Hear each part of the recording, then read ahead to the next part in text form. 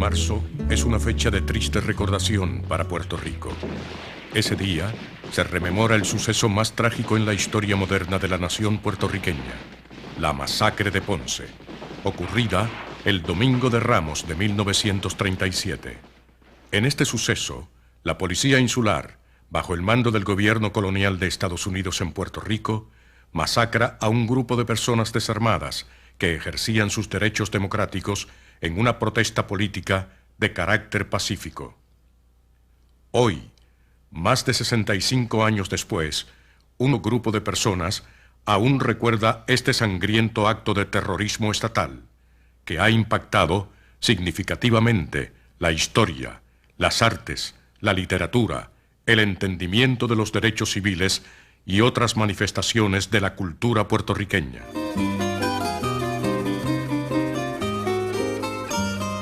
Las personas comienzan a reunirse frente al antiguo comité del Partido Nacionalista a eso de las 10 de la mañana. El antiguo local, hoy Museo de la Masacre, está localizado en la calle Marina, esquina calle Aurora en Ponce. Luego de una breve ceremonia y discursos políticos, los manifestantes marchan en silencio hacia la Catedral de Ponce en la Plaza Las Delicias.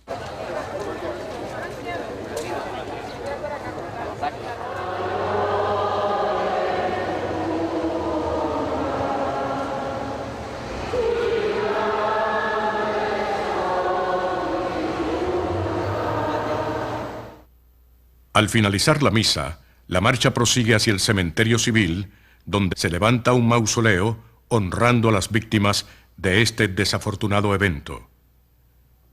La mayoría de las víctimas asesinadas están enterradas en este camposanto, incluyendo a la niña Georgina Maldonado, de tan solo 13 años de edad. El acto de recordación concluye con discursos políticos de nacionalistas y de otros independentistas, denunciando al colonialismo estadounidense en Puerto Rico. Dime quién escribe la historia de grandes profetas, mártires y gloria. Dime qué verdad es absoluta, quién tiene la antorcha que marca el poder. Nuestra historia es un rompecabezas, nos han ocultado algunas piezas. Ahora quiero desnudar una cara de la verdad desconocida. Mi perla del sur presenció como a jóvenes luchadores, trabajadores puertorriqueños les quitaban la vida.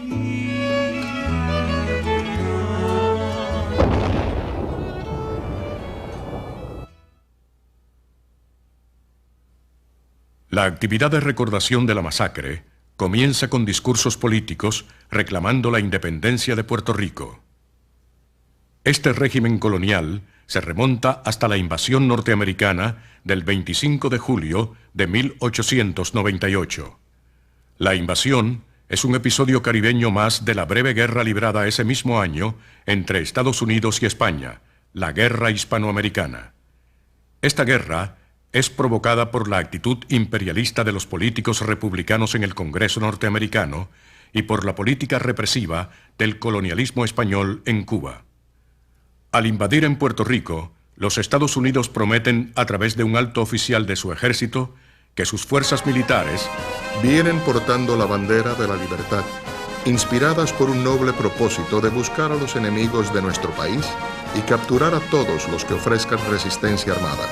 Os traen el brazo alentador de una nación de pueblo libre, cuyo mayor poder consiste en la justicia y la humanidad para todos los que viven dentro de su comunidad. Nelson A. Miles, Mayor General, Ejército de Estados Unidos. Como demuestra la evidencia histórica en este documental, tales promesas nunca se llegan a cumplir. A la invasión de 1898 le sigue la implantación de un gobierno militar dictatorial que finaliza en 1900 con el establecimiento de un gobierno civil por la ley Foraker.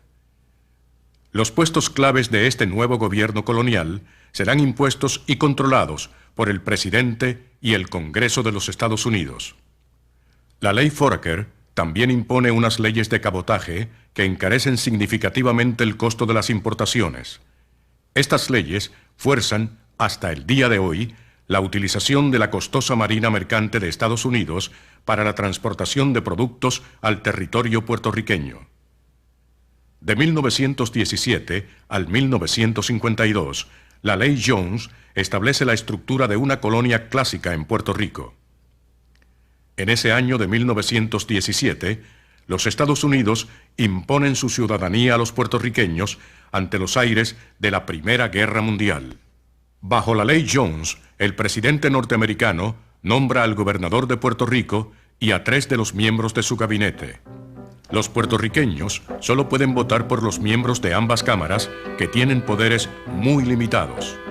Este esquema jurídico colonial será controlado por los poderosos intereses bélicos y azucareros estadounidenses. Así, Puerto Rico se convierte en una colonia naval militar y azucarera hasta bien entrada la década de los 1940. Ya desde el 1900 se establece la limitación de 500 acres de terrenos que podían ser propiedad de cualquier persona natural o jurídica en Puerto Rico.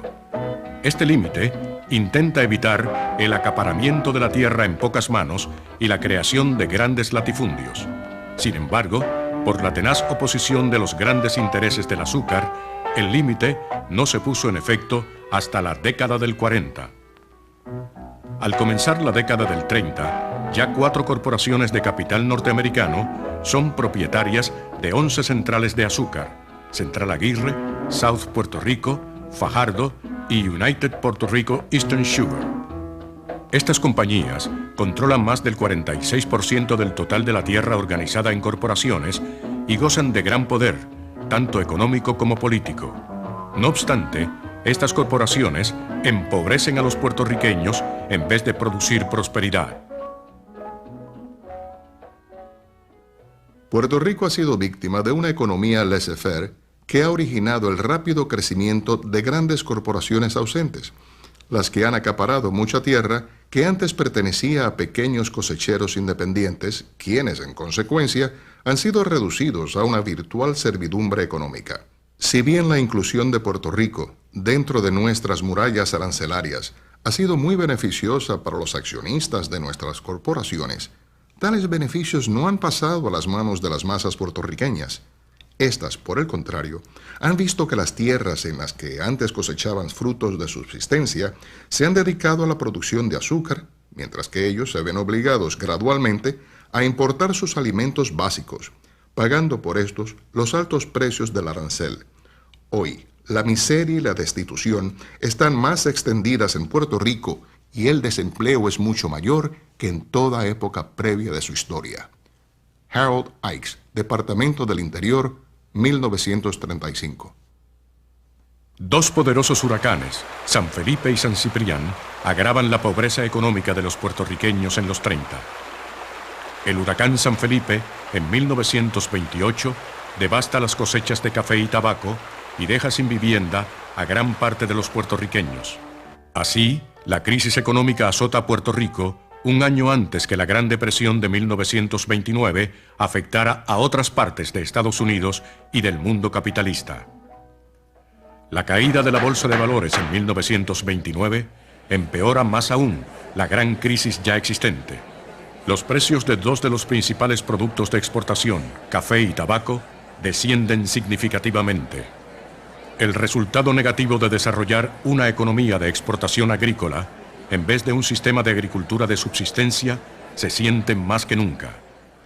Entre 1930 y 1933, el ingreso per cápita de los puertorriqueños disminuye drásticamente, mientras el costo de la vida aumenta 1/3. El desempleo masivo y el hambre son consecuencias directas de la Gran Depresión. Para agravar esta situación, el huracán San Ciprián, en 1932, causa más de $30 millones en pérdidas. Para aliviar el hambre que amenaza la estabilidad de la colonia, el gobierno norteamericano, crea programas federales que se conocen popularmente como la PRERA en 1933 y la PRA en 1935.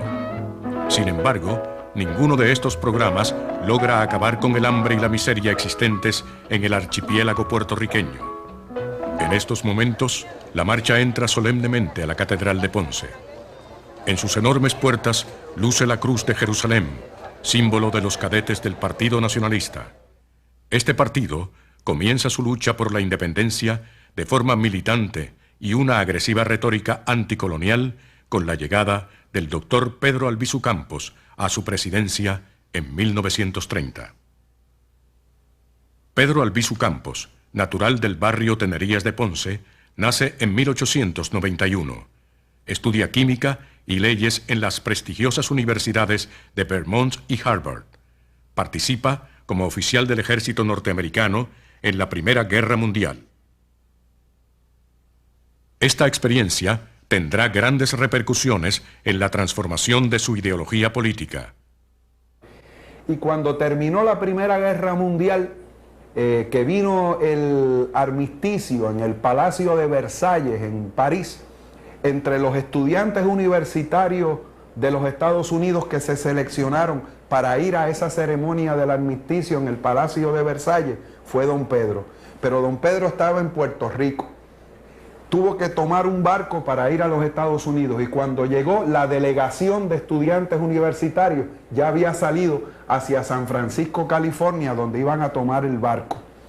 Y eso hizo que don Pedro tuviera que recorrer todo el sur de los Estados Unidos por tierra para tratar de llegar a San Francisco. Y hay una frase de don Pedro que dice así: esa fue la primera vez que sentí no llevar conmigo un revólver, porque ahí él vio descarnado el prejuicio racial en los Estados Unidos. Y entonces, ¿por qué no? ¿Por qué no? Eso exacerbó su nacionalismo y su coraje contra una sociedad que permitía o que encarnaba ese racismo brutal que había en los Estados Unidos durante la primera mitad del siglo XX. Hay mucha gente que me dice, a mí es que Albizu era un negro resentido. Y yo digo, gloria a Dios. O sea, puede que haya negros que le den patadas por el trasero y se sientan contentos y complacidos. Él se sintió irritado legítimamente de ver ese trato inhumano a gente porque tenía el color de la piel distinto al de otra gente. Y eso lo hizo un líder colérico.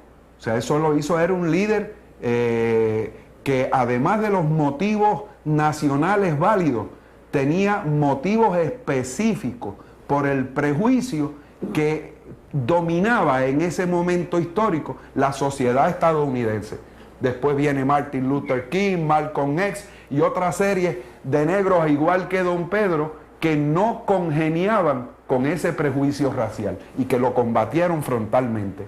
Al escalar a la posición de presidente del Partido Nacionalista en 1930, Albizu Campos transforma radicalmente su programa de gobierno y su estrategia de lucha. El Partido Nacionalista se funda en el 1922, pero don Pedro no es uno de los fundadores del Partido Nacionalista. Don Pedro ingresa al Partido Nacionalista como para el 24-25 y el 16 de abril de 1925, en lo que entonces se llamaba la Plaza de Armas del Viejo San Juan, que hoy se llama la Plaza Román Valdoriotti de Castro, se celebraba el natalicio de José de Diego. Albizu, a raíz de haber ingresado al partido, lo nombran casi a los meses de haber ingresado vicepresidente.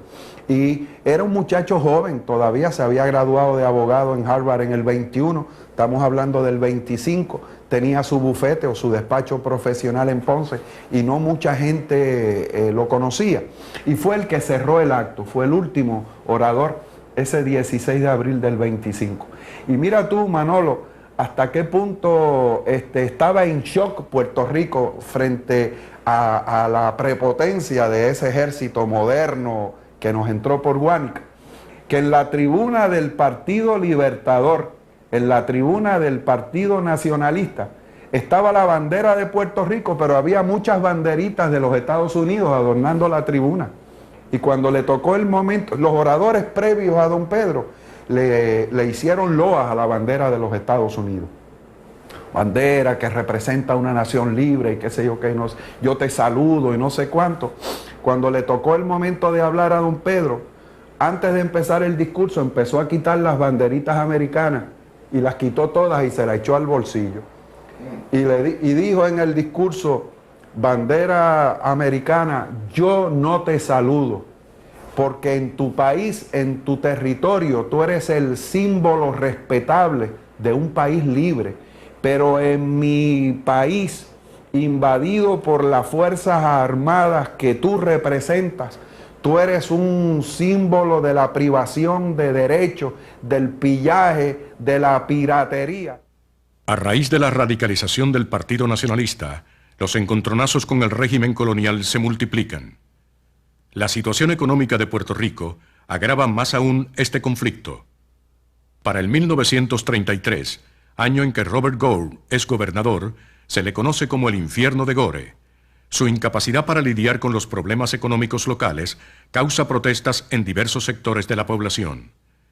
Tanto los estudiantes universitarios como los trabajadores de la caña, la industria textil y el tabaco se van a la huelga. Gore demuestra que no puede traer estabilidad política a Puerto Rico. En 1934, Albizu Campos participa como líder, respaldando a los trabajadores en la huelga cañera contra las grandes corporaciones norteamericanas. A principios de 1934, la situación en Puerto Rico empeora a un nivel crítico. El infierno de Gore trae gran inseguridad a los inversionistas estadounidenses. El presidente Franklin Delano Roosevelt sustituye a Gore por un general sureño llamado Blanton Winship. El principio de la tolerancia, o para expresarlo en su forma más noble y positiva, el principio de la regla de oro en la vida de relación humana, es la promesa que ofrece el orden social americano. La tolerancia no solamente es un producto del sistema americano, es su característica esencial. Blanton Winship, 4 de julio de 1936. El nombramiento de Winship no logra estabilidad política, todo lo contrario. La violencia entre el gobierno y sus opositores se intensifica. La primera confrontación armada entre los nacionalistas y el régimen colonial no se hace esperar. En octubre de 1935, en las afueras de la Universidad de Puerto Rico en Río Piedras, y en un ambiente caldeado de mítines estudiantiles, 4 nacionalistas y un transeúnte son apaleados por la policía. En esta masacre de Río Piedras, la policía alega defensa propia. Sin hacer investigación alguna de este suceso, varios de los policías responsables son ascendidos. Ante las tumbas de los nacionalistas masacrados, Albizu Campos jura venganza contra los responsables de este hecho. Así, el 23 de febrero de 1936, 2 nacionalistas, Hiram Rosado y Elías Beauchamp, ajustician al coronel Riggs de la Policía Insular. La policía captura a estos 2 jóvenes y los lleva a su cuartel del Viejo San Juan, donde los tortura y luego los acribilla. Más tarde, los policías envueltos alegan defensa propia, igual que lo hicieron los policías de la masacre de Río Piedras en 1935. Estos choques violentos, precipitados por el gobierno de Winship y otros de diversa índole, surgen a raíz de las agobiantes tensiones, producto de las condiciones de miseria en que vive el pueblo puertorriqueño. La muerte de Riggs provoca la ira de Winship, quien nombra al coronel Orbeta como jefe de la Policía Insular en sustitución de Riggs. Ante la presión de las autoridades de Washington, Winship ordena redadas contra establecimientos nacionalistas. Al no poder encontrar evidencia de una conspiración nacionalista para asesinar a Riggs, el régimen colonial acusa el 5 de marzo de 1936 a 8 nacionalistas de conspirar para derrocar al gobierno de Estados Unidos en Puerto Rico. Esta acción produce gran malestar en la opinión pública nacional. Un joven representante del Partido Liberal sentencia: El régimen quiere garantizar la venganza por la muerte del americano. Ernesto Ramos Antonini. Los 2 juicios de 1936 contra Albizu Campos y los otros 7 líderes nacionalistas constituyen el proceso judicial más importante en la historia política de Puerto Rico. Estos se celebran en la Corte de Distrito Federal en San Juan. En el primero, un jurado compuesto por 7 puertorriqueños y 5 norteamericanos no logra llegar al requerido veredicto por unanimidad. El segundo juicio comienza el 27 de julio del mismo año de 1936. Esta vez, un jurado integrado por 10 estadounidenses y solo 2 puertorriqueños llega a un veredicto unánime de culpabilidad. Las sentencias fluctúan entre 6 y 10 años de cárcel. A Albizu Campos se le impone la sentencia más extensa. Este segundo juicio está plagado de serias irregularidades, entre las que se destaca la selección del jurado. Rockwell Kent, un conocido escultor y pintor norteamericano, expuso que fue invitado a una fiesta del gobernador Winship, donde el fiscal Snyder le muestra una lista al juez Cooper y le dice que estos son los 12 que declararían culpable a Albizu Campos. También dice que tiene instrucciones del Departamento de Justicia Federal para encarcelarlo. Luego del veredicto, los nacionalistas apelan la decisión al Tribunal de Apelaciones de Boston. Esto les permite ser encarcelados en Puerto Rico mientras el circuito decide. En este contexto, se realizan múltiples protestas contra el gobierno por el Partido Nacionalista y por otros sectores políticos, demandando justicia. Estas actividades no son vistas con beneplácito por Winship, cuyo régimen recurre a la intimidación y a la violencia. El caso extremo de este terrorismo de Estado se conoce como la masacre de Ponce. El terrorismo de Estado constituye un plan de acción política que lleva a cabo un Estado contra sus propios ciudadanos, mediante el cual, a través del terror, se pretende lograr la cooperación de ese sector de la ciudadanía para fines de llevar a cabo la acción política del Estado. Tenemos, por ejemplo, el año terrible del 87, es decir, la persecución por parte del gobierno español a través del gobernador de turno, Romualdo Palacio, en ese año, a través de las torturas y la represión. Tenemos también la masacre de Ponce, que ocurre en 1937. Tenemos también la aprobación de la tristemente recordada ley de la Mordaza, que tiene su efecto entre 1948 y 1957 y que da pie para el desarrollo de la persecución de los puertorriqueños a través de las carpetas que luego pues tienen como consecuencia eventual un famoso caso resuelto por el Tribunal Supremo de Puerto Rico muchos años más tarde, a finales de la década de los 80. Podemos recordar también la represión contra el movimiento estudiantil de la segunda parte de la década de los 60 y hasta 1971 sobre todo. Podemos mencionar también el operativo llamado COINTELPRO, mediante el cual el FBI y demás agencias represivas del gobierno norteamericano en Puerto Rico persiguen los movimientos y partidos independentistas puertorriqueños a finales de la década de los 70 y principios de la década de los 80. La marcha prosigue por los vecindarios y lugares históricos de Ponce rumbo al cementerio civil. Por todo el trayecto, los participantes de la marcha reciben variados saludos de respeto y solidaridad en honor a las víctimas de aquel trágico Domingo de Ramos de 1937. Ese domingo, los nacionalistas tienen planificada una marcha por la ciudad de Ponce para conmemorar la abolición de la esclavitud y protestar por el encarcelamiento de Albizu Campos y otros 7 nacionalistas. La marcha estará integrada por los cadetes de la República, las enfermeras de la República y una banda de músicos. El propósito será atraer personas por medio del espectáculo de la parada para entonces comenzar los discursos políticos. Los Cadetes de la República es un grupo de jóvenes varones perteneciente al Partido Nacionalista. Marcha en paradas con imitaciones de rifle hechas de madera. Tienen como bandera la Cruz de Jerusalén. La gente se reúne cerca de ellos para verlos marchar. Se destacan por sus pantalones blancos y camisas negras. Este grupo representa la militarización del Partido Nacionalista, aunque este partido nunca contará con los medios ni las armas para amenazar el control de Estados Unidos sobre Puerto Rico. Los Cadetes de la República son hoy quizás el ejército más glorioso del mundo. Son, por lo menos, la única organización militar legítima en Puerto Rico, porque su autoridad no dimana de usurpación, sino de un derecho. Han marchado desarmados frente a los cañones del enemigo y marcharán armados por toda la línea fortificada del enemigo. Pedro Albizu Campos. Por otra parte, las enfermeras de la República seguirán a los cadetes. Después vendrá la banda tocando la borinqueña para comenzar la actividad. A solicitud de los nacionalistas, el alcalde de Ponce concede el permiso para la marcha.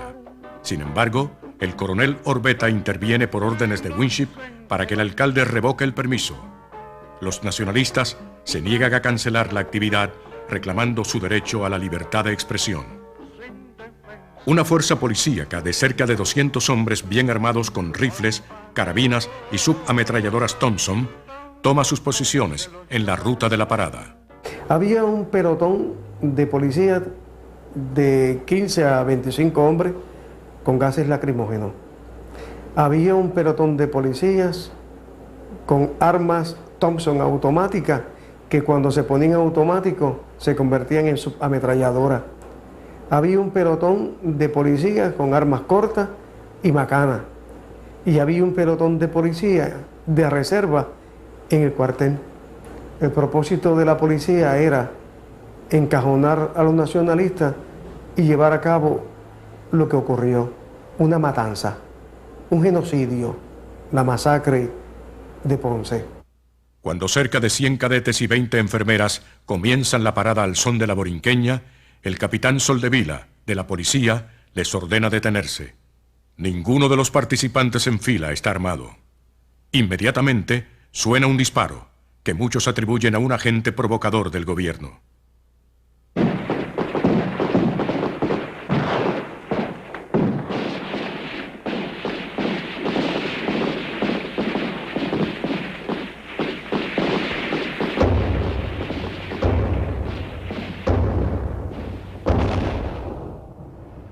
Al final de la balacera quedan 19 muertos y cerca de 200 heridos. El Puerto Rico moderno jamás ha conocido tal derramamiento de sangre por parte del gobierno. Tomás López de Victoria dio la orden de marchen, que trataron de marchar los cadetes y el pueblo también. Entonces se levantó una persona que, según a última hora, oído decir que es de apellido Soldevila, con algo en la mano, así echando a la gente para atrás. Sonó un disparo y después de ese disparo vino una descarga. Ahí se inició el tiroteo, nosotros nos lanzamos al suelo y es natural que las balas pasaran por encima de nosotros y que se mataran los unos a los otros. Yo no me explico cómo no se mataron toditos, porque fueron bastantes las balas que corrieron por encima de nosotros. Pude ver cuando empezaron a disparar la policía, cuando los cadetes se tiraron al suelo. Llegué a la puerta y di vuelta para entrar, era tanta la gente que había que no pude. Y entonces ahí, además de los perdigonazos, de los 37 perdigones que tengo actualmente en las piernas, me pegaron 13 más en la espalda. Yo vi tirar a la policía. Y vi cuando le tiraban a la multitud, a la gente que estaba en la acera, porque ellos le dispararon a la gente que estaban en la acera. Mientras la gente corría, ellos le disparaban, sin piedad ninguna. Así yo pude lograr cruzar hacia la esquina del frente y parapetarme en la escalera de una casa que había allí donde residían unas hermanitas de la caridad, las hermanas Josefina, que servían en la clínica del doctor Pila. Pude lograr la escalera que al frente de ese edificio fue donde logró escribir uno de los heridos esas frases tan claras y tan elocuentes que aparecieron escritas con sangre, que decían: viva la República y abajo los asesinos. En el momento que se inicia el tiroteo, tal vez el primero en caer muerto fue Iván Rodríguez Figueras, que recibió impacto de bala en el pecho, le atravesó los pulmones. Iván cae al piso, su papá, don Genaro, con su cuerpo trata de proteger a su hijo, y un policía con carabinas de perdigones le disparó en la espalda.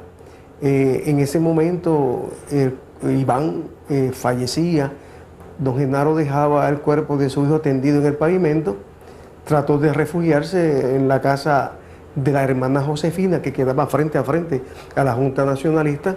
Corría una señora, doña María Rodríguez, una señora aproximadamente de 50-55 años, gruesa. Corría despavorida hacia la esquina del edificio donde estaba la Junta y donde estaba el negocio mío, resbaló en la acera, y cuando cayó, uno de los policías que tenía una de las carabinas en la mano le da un culatazo en la cabeza con tal rudeza que la masa encefálica de la señora rueda por la acera, y los que venían corriendo detrás de ella resbalaban ahí y caían a montones por la facilidad con que podían resbalar sobre la materia gris de la pobre señora que había rodado y había cubierto toda la esquina. Otra situación que me afectó bastante fue un nacionalista que estaba en el balcón de la hermana Josefina cuando la policía inició el tiroteo, salió corriendo. Trató de brincar la verja en horcajada. Cuando estaba en ese momento en horcajada, un policía con un arma automática de los Thompson le dispara. Él cae moribundo y la verja se le enterró por dentro, que le atravesó la vejiga y la próstata. Cayó al piso y ahí fue rematado por la policía. Otro que me preocupó fue un vendedor de China que estaba en la esquina haciendo eso, vendiendo China. Cuando se inicia el tiroteo, corre hacia el balcón de la hermana Josefina, trató de protegerse detrás de un Cristo. Vino un policía y le hizo un disparo en la cabeza. Resulta sumamente dramático cómo es asesinada cruelmente una niña de 13 años que iba de manos con su hermanita cargando las palmas del Domingo de Ramos. Y uno de los tiradores que estaba en la parte de atrás, o sea, por la calle de Jobo, y que manejaba una de esas ametralladoras que parece que era más fuerte que él porque él no podía dominarla, acertó a darle a la jovencita de apenas 13 años y fue subiendo la ametralladora de tal modo que fue como si con un machete la hubiese dividido en dos. El doctor Manuel de la Pila Iglesia, que hizo la autopsia, dijo que podía ver los órganos internos a través de las heridas.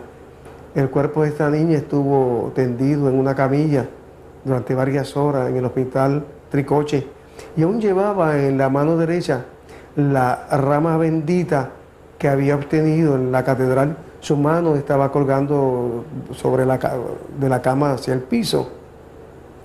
Murió un mecánico. Ese día era un parroquiano. La policía le hizo varios disparos. Murió un muchacho de adjunta que su novia era miembro de las muchachas que se hacían llamar enfermeras de la República. Ella le pidió a él que viniera desde adjunta para que la observara allí en el desfile. Hay varias fotografías que uno ve a este joven que llega a la calle Marina, esquina Aurora, con su bicicleta, la pone en la esquina, se ve hablando con alguien que le proteja la bicicleta, se ve con las manos cruzadas así, observando a su novia desfilar, y la última foto que yo encontré de él fue su cadáver en el pavimento. Simplemente estaba allí viendo a su novia desfilar. Otro muchacho que falleció se llamaba Juan Torre Gregori, 18 años. Trabajaba en una estación de gasolina. Ese día estaba montando la llanta de un comerciante ponceño. Simplemente sacó la cabeza para ver qué era lo que estaba pasando y un policía con una carabina le disparó. Yo pude ver muchos cadáveres, habían amontonado frente del convento y allí estaban todos, no, como 4 o 5, algo así. No me recuerdo bien porque no pude contarlo. Y noté de que el pueblo de Ponce estaba arremolinado a las otras calles. Le gritaba asesino a la policía. Del cometa se veían todos los cadáveres, los que habían caído, y se notaba aún la policía disparando a flor de carretera, tratando de rematar los que habían caído. Y entre cuando sacaban la cabeza a ver y veíamos cuando traían los heridos, entre personas traían los heridos sangrando por la calle y los metían los dinteles de la puerta, porque la policía daba la vuelta a la manzana montado de los carros que tenían antes, como eso para subir, no recuerdo ahora cómo se llamaba eso, tapalodo, algo así, que se subían ahí, esos carros de aquel tiempo, pues con los revólveres en la mano, dando la vuelta a toda la manzana, ¿ves? Yo no sé, dando la vuelta, pues. El arriesgado apoyo de la ciudadanía ponceña salva la vida de muchos de los marchantes perseguidos por la policía, al proveerles refugio, alimentos, ropa y asistencia médica. Fui llevado al hospital Tricoche en una ambulancia de la clínica porque la clínica estaba repleta de heridos y algunos que no estaban heridos porque en la clínica se ocuparon de proteger vidas. Y como la policía a cualquiera que encontraba con una camisa negra le entraba seguido, si no era tiro a culatazo, pues en la clínica cada vez que llegaba uno con una camisa negra se la quitaban, le daban una camisola de las que le ponían a los enfermos y lo acostaban en una cama. Y cuando la policía entraba por allá no veía nada más que enfermos, quiere decir que no veía nacionalistas. Había pánico puesto que todo el pueblo estábamos desarmados y toda aquella gente pues estaban armadas con carabinas y ametralladoras, ¿ves? Entonces yo me detuve ahí porque la señora me ayudó.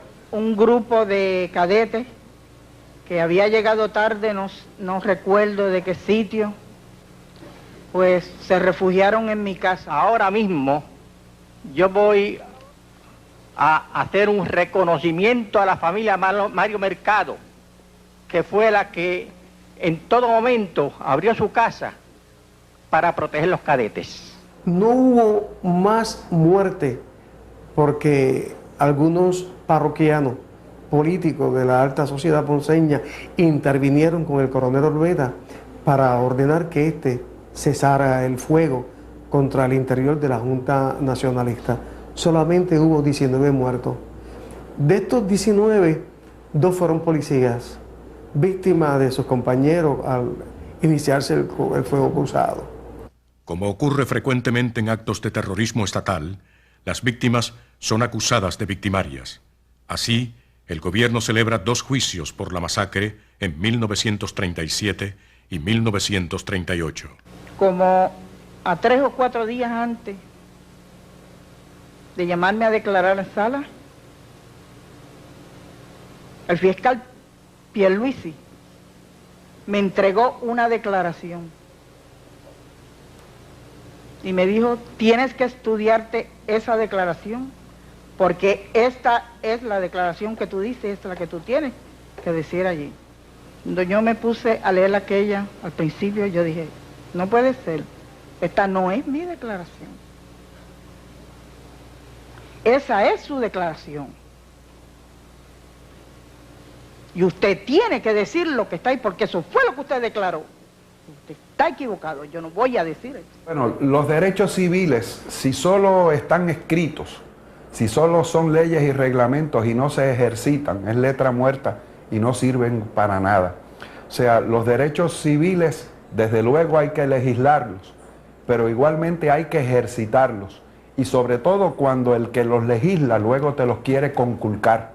Y la masacre de Ponce fue el más contundente ejercicio del derecho que tiene un pueblo a caminar por sus calles y expresarse en favor o en contra de lo que le parezca, sobre todo si lo hace de la manera civilizada y respetuosa en que lo iban a hacer los nacionalistas en esa ocasión.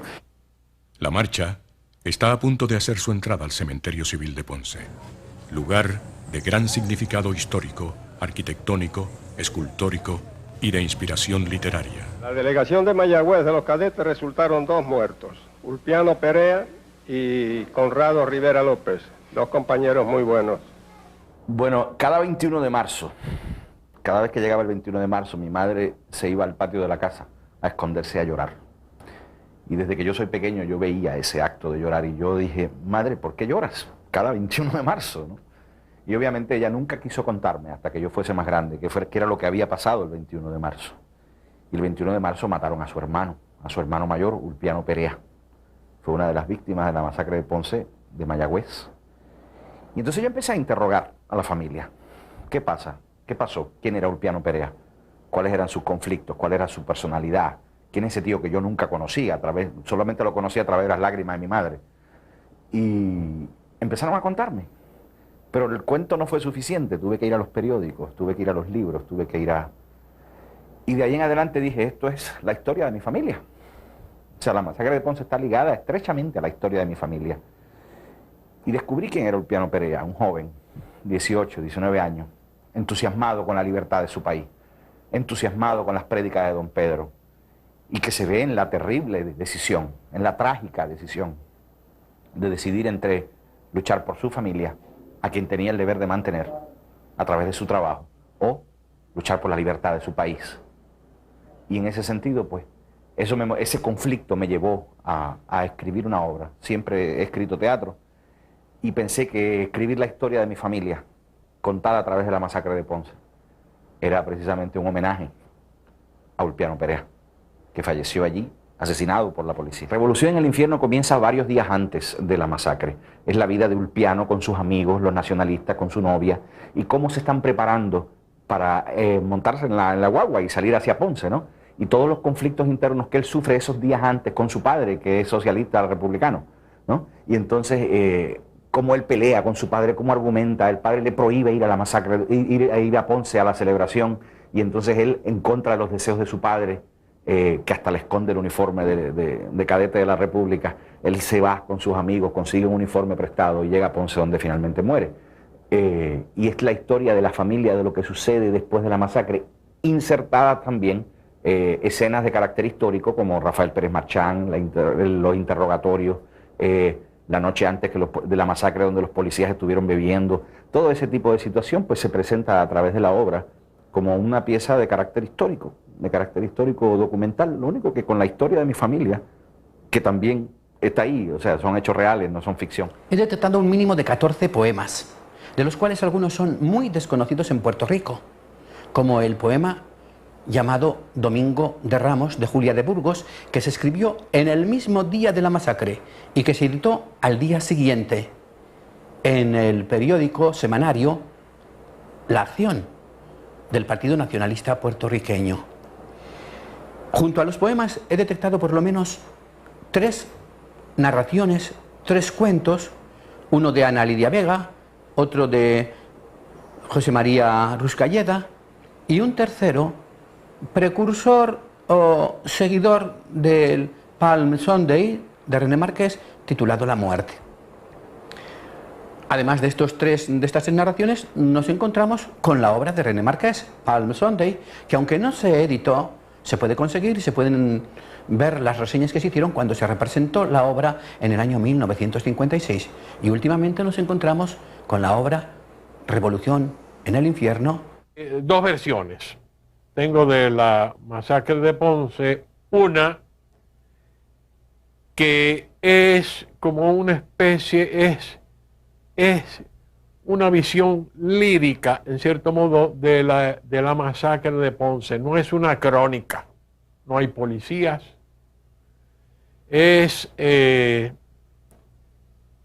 Y a diferencia de la segunda parte, la segunda versión, que es ya a modo de crónica, donde se reproducen tiros, hay varios muertos, se ven los cadetes que desfilan, está la policía, y son dos versiones aparentemente encontradas, pero que responden a dos maneras de sentir emocionalmente la experiencia de la masacre de Ponce.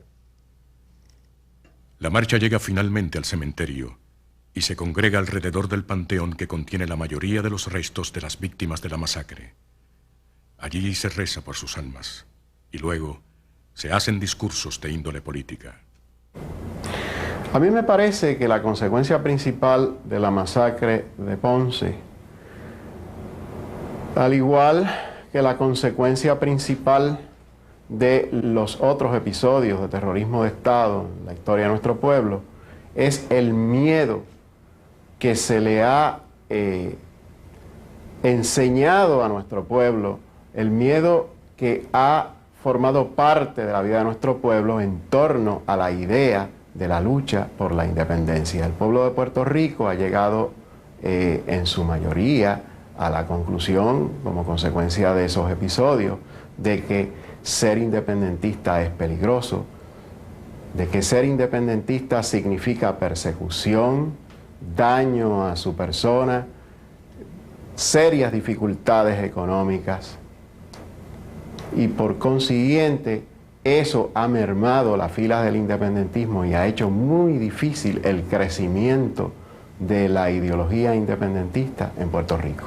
En el peor de los casos fue la escalera por la que se subió don Luis Muñoz Marín y su gente, sus colaboradores inmediatos, hacia la fundación del Partido Popular Democrático. Los dos abogados que defendieron a los nacionalistas sobrevivientes fueron luego dos líderes conspicuos del Partido Popular Democrático, que hay una serie de cartas ya conocidas entre Ruby Black, la famosa periodista estadounidense, y don Luis Muñoz Marín. Ruby Black fue secretaria personal de doña Eleanor Roosevelt cuando Franklin Delano Roosevelt era gobernador del estado de Nueva York antes de que fuera presidente de los Estados Unidos, y era un hilo conductor, era una interlocutora entre Roosevelt y don Luis Muñoz Marín. Eso está documentado hoy en día. Don Luis Muñoz Marín creó la Acción Social Independentista en medio del proceso de los juicios de la masacre. Varios de los protagonistas secundarios de la masacre fueron luego líderes del Partido Popular, líderes de carácter nacional y de carácter regional en el sur de Puerto Rico.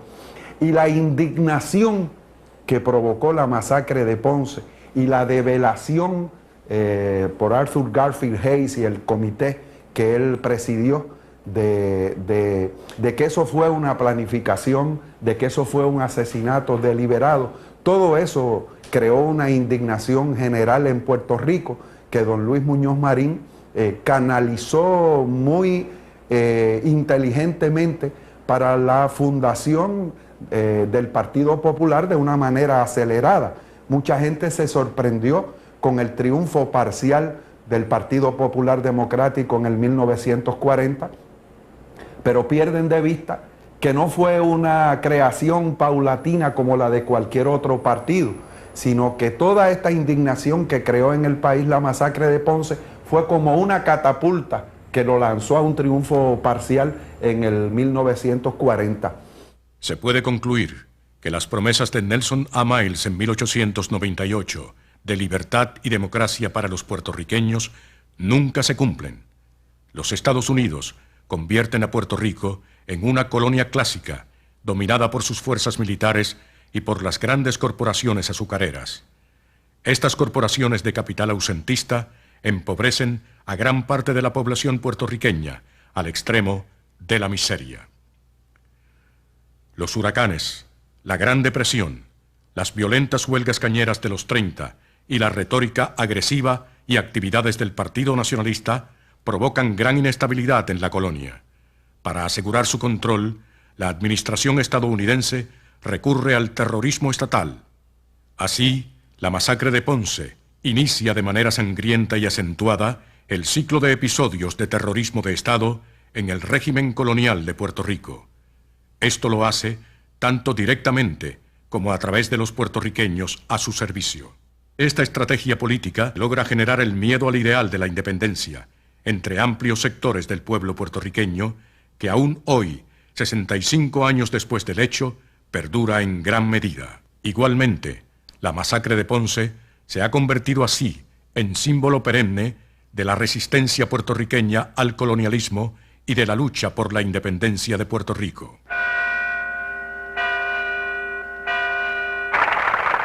Aquí se ha profanado todo. Se ha profanado en la ciudad de Ponce el Domingo de Ramos. Lo profanó el presidente de los Estados Unidos, Franklin Delano Roosevelt. Lo profanó el gobierno de los Estados Unidos, representante por Franklin Delano Roosevelt. Lo profanó el general Blanton Winship, mandado por el presidente de los Estados Unidos, Delano Roosevelt. Y masacraron aquí, el 21 de marzo del 1937, el Domingo de Ramos.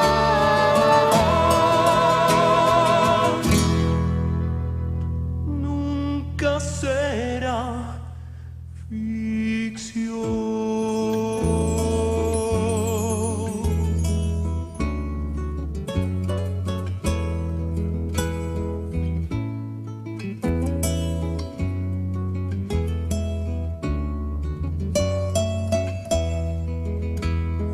Arriba la nación, abajo los asesinos. No soy quien para juzgar.